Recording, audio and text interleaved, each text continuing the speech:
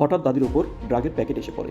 এক gang member এটা ছুঁয়ে পালিয়ে যায়। পুলিশের কাছে না গিয়ে দাদি ড্রাগের প্যাকেটটি গ্যাংয়ের কাছে ফেরত দেয় আর জুনিয়র ড্রাগ ডিলারের চাকরিতে যোগ দেয়। পরদিন দাদি তৈরি হয়ে ড্রাগ বিক্রি করতে বের হয় আর সবাইকে বলতে থাকে, তোমরা কি দমদার মাল চাও? প্রথম তো কোনো কাস্টমারই পায় না, কিন্তু দাদি হাল ছাড়ে না। শেষ পর্যন্ত দাদি প্রথম কাস্টমার পেয়েই যায়। এক নম্বর আর ওজনও ছিল সঠিক, তাই তার অনেক কাস্টমার হয়ে যায়। একদিন ড্রাগ বিক্রি করে ফেরার সময় গ্যাংয়ের অন্য মেম্বাররা দাদির ড্রাগ এবং টাকা নিয়ে যায় আর দাদিকে ব্যবসা ছাড়তে বলে। কিন্তু দাদি তো হার মানার পাত্র না, কারণ তার কাছে আরো কঠিন প্ল্যান ছিল। দাদি ডিমের সাথে ড্রাগ মিশিয়ে টেস্টি কেক বানায় আর তা বন্ধুদের খাওয়ায়। সবাই বলে কেক খুবই মজা হয়েছে, কিন্তু মজার ব্যাপার হলো তারা সবাই নেশায় আসক্ত হয়ে যায়। তাই দাদি এবার ড্রাগ মিশিয়ে কেক বিক্রি শুরু করে।